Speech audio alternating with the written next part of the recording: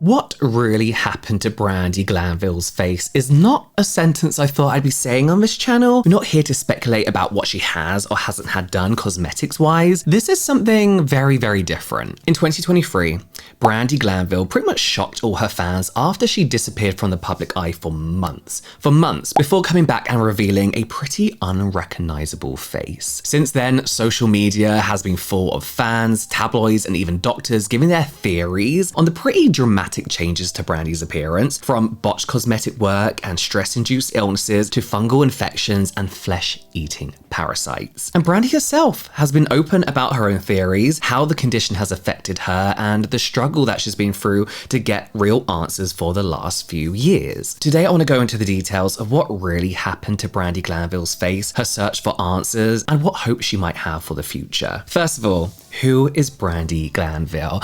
If you don't watch anything Bravo, you probably don't really know or have never heard of her, or you've maybe only seen the recent headlines about her, but I'll give you a very quick backstory. Brandi is a former model who was married to an actor up until 2010, when their separation and divorce became tabloid news after it came out that he had been having an affair with singer LeAnn Rimes. But what she's probably most well known for is being on The Real Housewives of Beverly Hills. Beverly Hills and Atlanta, if you don't watch the series, in my opinion, are probably two of the best. I haven't watched it for years, to be honest with you. So she joined the show a year after her divorce and became a pretty popular, kind of liked villain. On the show, she developed a reputation for being very outspoken, very blunt, pretty dramatic feuds with other cast members, and often controversial behaviour. Since then, she's appeared on other celebrity stuff like Celebrity Apprentice, Famously Single, Celebrity Big Brother, and The Real Housewives Ultimate Girls Trip, which will be relevant later in the story. She also has her own podcast and was known to be very active on social media,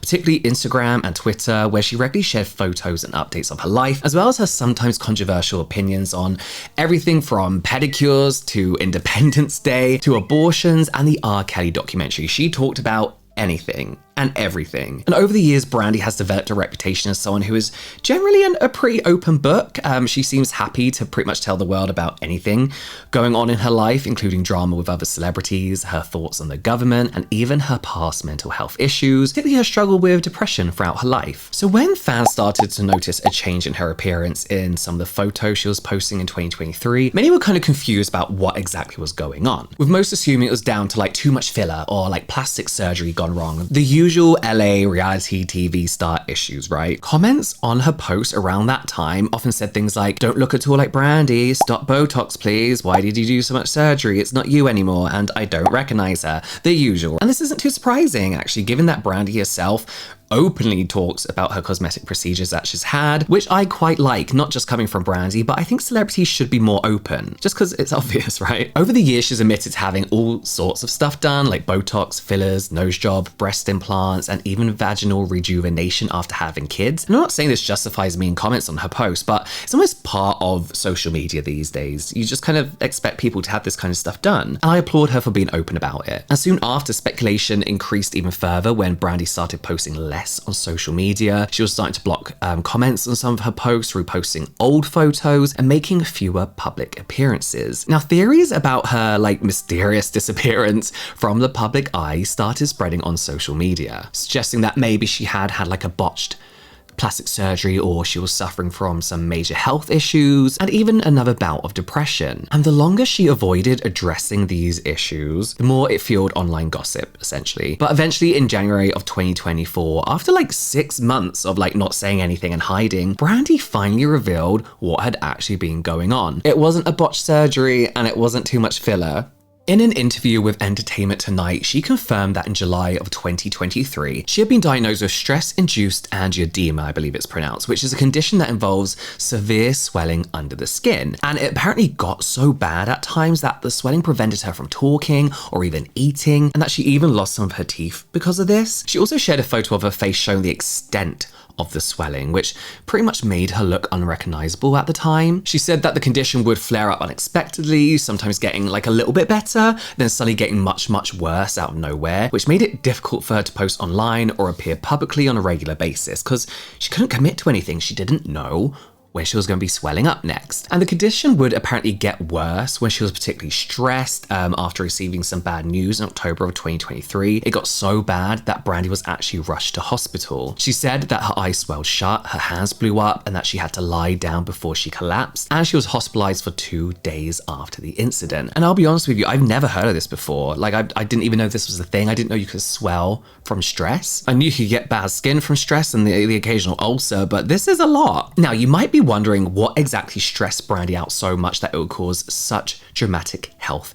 issues, and that's actually something else that she's been relatively open about. Now, remember when I talked about how she was on the Real Housewives Ultimate Girls Trip, one of the best reality TV series? Well, it was actually during the taping of that show that one of her co-stars, Caroline Manzo, claimed that Brandy had kissed her without consent multiple times and had groped her in the bathroom during filming. Brandy has strongly denied these allegations, basically like calling them absurd and defamatory, and saying that she was basically instructed by the producers of the show to act in a certain way, and that no assault actually occurred. It was apparently all part of the show as far as she is concerned, which honestly sounds like something Bravo would do, judging by other reality TV stars' interviews in the past. But Manzo actually later filed a lawsuit against the network Bravo, basically saying that they failed to protect her and that they would regularly ply the Real Housewife cast with alcohol, cause them to be severely intoxicated, and then direct, encourage, and basically allow them to sexually harass each other because, according to Manzo, it makes for good ratings. Now, I'm not here to get into too many details about the allegations and the lawsuit. As far as we can find, there hasn't been any verdict yet, so I'm not going to speculate either way. But whatever you think of the situation, it's clearly going to be stressful for everyone involved. And we know when it comes to reality TV, producers can pretty much be the devil, in my opinion. And Glanville publicly admitted at the time that these allegations were the cause of her stress, which in turn led to facial swelling. From what I know, this Girls Trip series never aired because of this lawsuit, and because of it, she's also been out of work. She's not able to work. But as far as that swelling may have been, that wasn't even the worst of it for Brandy. Trying to find a solution to a condition has become an even bigger problem than the swelling itself. She said that she had to go to 7 different doctors before she finally got her diagnosis back in July of 2023. And the treatment she had after the diagnosis either didn't help at all, like they didn't do anything, or only helped very, very temporarily. They were very unreliable. One of the treatments she tried was taking IV antibiotics for 6 weeks, which she said eventually started to work towards the end, and she actually had 5 days of looking normal again, in her own words. But then she had to stop because the treatment was so expensive, costing $2 grand a week. Later, she also went to a Beverly Hills plastic surgeon who recommended using high-intensity focused electromagnetic stimulation, HIFES, which is a non-surgical procedure that apparently gradually restores the skin. I doubt that treatment was cheap by the sounds of it, and although it apparently seemed to be helping at first, seeing as Brandy is still suffering from the condition today, it doesn't sound like it cured her in any way. Part of the issue she's had with finding the right treatment is to do with the fact that the condition has changed over time. It started out as this intense swelling on her face, but over the time, swelling has mostly gone down, but now she has like a whole new problem. In December of 2024, Brandy posted a new photo on Twitter showing that her face had become pretty gaunt and sunken, particularly in her cheeks, and that her skin looked more pitted and kind of textured. Alongside the photo, she revealed that some doctors had told her that they believed she had a parasite that was jumping around her face, causing the smaller remaining areas of swelling to move around. Again,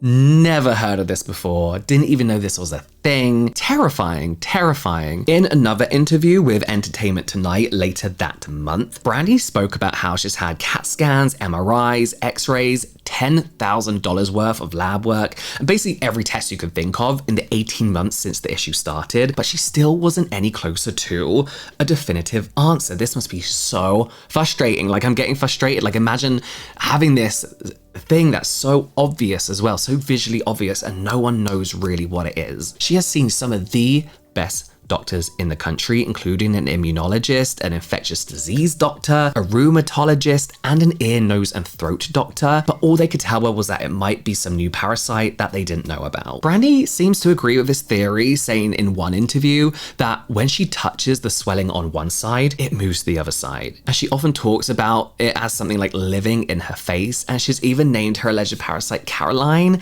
as a dig at her co-star who is accusing her of sexual assault. She also says that she often feels a sensation of tiny bubbles bursting on her skin, as well as saying, "I feel like it's shitting or having babies on my face." This is like scabies to the extreme, right? As to how she might have caught this parasite, Brandy has an opinion on that as well. She claims that whilst they were filming the show, which led to the allegations from Caroline Manzo, there was often meat sitting out in the Moroccan sun and heat for hours at a time. She says that her issues with her face started 6 months after filming in Morocco, so she kind of believes that she got the parasite whilst filming the show and that the Bravo network is to blame. But not everyone is convinced on the parasite theory. Perhaps the most notable skeptic is Dr. Terry Dubrow, who you may know from the TV show Botched. It's important to know that Brandy probably isn't friendly with this doctor. His co-star in Botched, his wife, and him actually had some very kind of like personal issues with Brandy during the show. They were all in Real Housewives of LA, Beverly Hills, sorry. That's just an interesting thing to note before I say what he thinks. He openly disagreed basically with the idea that Brandy's issues could be caused by a parasite, saying that he believes she was more likely suffering from an infectious process or foreign body reaction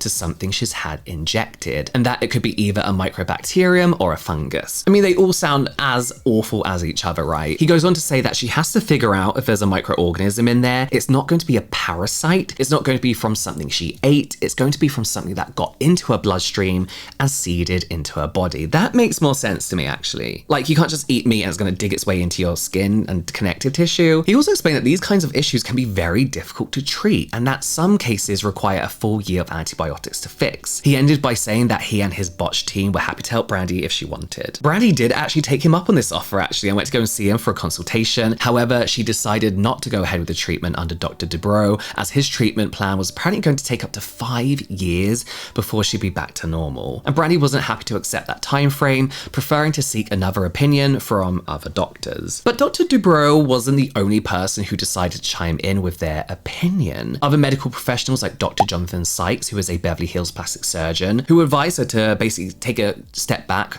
from all cosmetic treatments altogether until she figured out the root cause of the problem. And outside of trained professionals, of course, the general public were more than happy to give their opinions on Brandy's condition. A lot of people assumed it was down to a botched cosmetics procedure, or like too many cosmetic procedures, or years of fillers degrading and moving around her face. Comments on her post included things like, "Is that filler migration? Perhaps you should have given it a rest after the size XXXXL lips. And don't you think you did that to yourself with all those injections?" I have to say, I don't think it is that, but the idea that it was something to do with an allergic reaction to filler or filler migration was particularly popular on social media. I don't think filler migration looks like that, but it could be a reaction. But Brandy did point out that she had been to filler experts to check if this was the case, which it didn't seem to be, and that she even had all of her filler dissolved just in case, but it hasn't made any difference. That could be a thing, you know? Because some people do get very, very gaunt after having their filler dissolved because it naturally dissolves tissue too. Brandy's condition, the constant speculation, and the financial burden of dealing with all of this has clearly taken a toll on her, obviously. And at the end of 2024, Brandy had apparently spent around $70,000 trying to find out what was going on with her face and trying a whole range of different treatments without getting any closer to a real answer. $70,000. And then you get nothing. And by July this year, 2 years after her issue started, that figure had grown to around $113,000, all whilst being unable to work properly during the time, partly because of her appearance and partly because of the backlash surrounding the allegations against her. In interviews, she said that she spent every penny she's had trying to find answers to her condition. Well, every cent, she's American, trying to find answers to her condition, and that she finds the accusations that she's still getting filler and Botox and other cosmetic procedures that are ruining her face, particularly really annoying, as she couldn't even afford them even if she wanted these procedures done. She's skint, she can't work. She's also been very, very open, unsurprisingly, about the mental toll this whole ordeal has had on her, saying that people don't realize how isolating this situation has been and the impact it has on her day-to-day life. She rarely goes out in public or socializes with her friends, and she apparently often wears a mask around her children because she doesn't want to scare them or make them worry. In one interview, she said that the pain is now more mental than anything. She says, because I have been hiding and going through a deep depression. But it does look like there might finally be some hope for Brandy after a more recent update in July of 2025. After years of living with her condition, visiting 21 different doctors and having endless tests, scans, treatments, etc., she posted on Twitter saying, "I am so thankful to my NYC angel, Dr. Scoma, for eventually wanting to help me get better. I'm finally getting answers." And her doctor, Michael R. Scoma, an infectious disease specialist based in New York, also gave us some more insight into the process being made. He said that the diagnosis is a deep, persistent, soft tissue infection with bacteria as well as fungus, which, if you remember correctly, is actually what Dr. Dubrow said was likely the cause. Dr. Scoma added that the initial treatment plan includes inserting a PICC line into her arm for ongoing intravenous antibiotic infusions. It's like a type of catheter kind of thing that runs all the way up through one of her veins, which it's making my skin crawl, which goes almost all the way to her heart, which means she can get the most direct delivery of antibiotics, which apparently is more effective than taking oral antibiotics.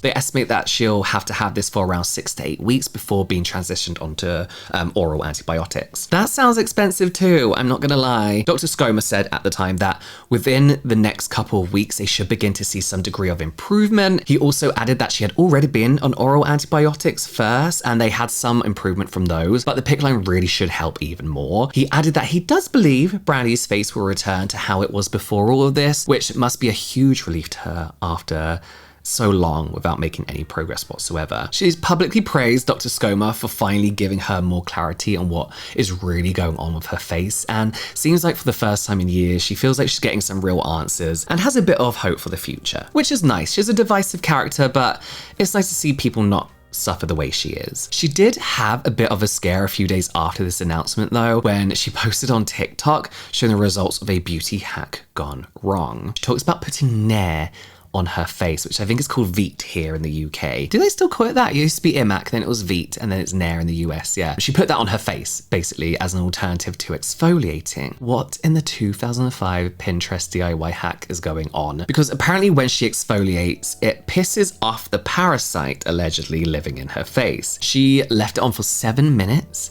and it left her face looking red and unsurprisingly very burnt looking. She does later admit that she used Nair for the body rather than the specific Nair for face products that you can actually get, which are formulated differently. So it's not a massive surprise that her face didn't appreciate that really. She added that a lot of the discoloration in the video was actually from tea bags she'd also put on her face, so it wasn't actually as bad as it looked. I don't see how discoloration can come from tea bags. Like, you're not tea staining some paper. It's not a fucking tea stained egg. It's your skin. I don't think it tapes to the tea like that. I don't know. That little mishap seemed to be just a blip in the road though, thankfully, as Brandy posted another update near the end of August saying that Dr. Michael Scoma, "My angel, I just wanted to say I'm feeling a lot less pressure on my brain and my face is even looking a bit better. I know we have a way to go, but you are my angel. This is from my podcast just 4 days ago." With that, she included an image from her podcast with her face definitely looking less swollen, sunken, or pitted than it had been in previous years, and fans have also noticed a change in Brandy's appearance and demeanor in general recently, as well, with many saying that she looks noticeably healthier and more optimistic about finally finding a solution to her condition. In another update, she said that she can't wait to live again, adding that once she's healthy again, she plans to fix her teeth, put on 10 pounds, and make out with a hot boy or girl. That's not the worst plan. Hopefully this time, the improvement she's been seeing recently actually lasts. I hope. Again, she wasn't my favorite character, but it's really terrifying seeing people go through this kind of stuff that you didn't even know existed, but could potentially happen to you, maybe. Very rare, very, very rare, and very unlikely, but it's terrifying still. And it isn't a temporary fix like other treatments have been. Whatever you may think of her, the health issues Brandy has had to deal with for the last couple of years have been nothing short of horrifying, and I honestly wouldn't wish that upon anyone, even if they are the villain of a reality show. But let me know what you think. Do you buy the Parasite theory? I mean, it's the first I've heard of it, but I'm not a fucking doctor, you know? Or do you think Dr. Scoma's recent diagnosis makes more sense? I think it makes more sense. And do you think Brandy will finally get a permanent solution this time, or will it be another temporary fix? I hope for her it's permanent.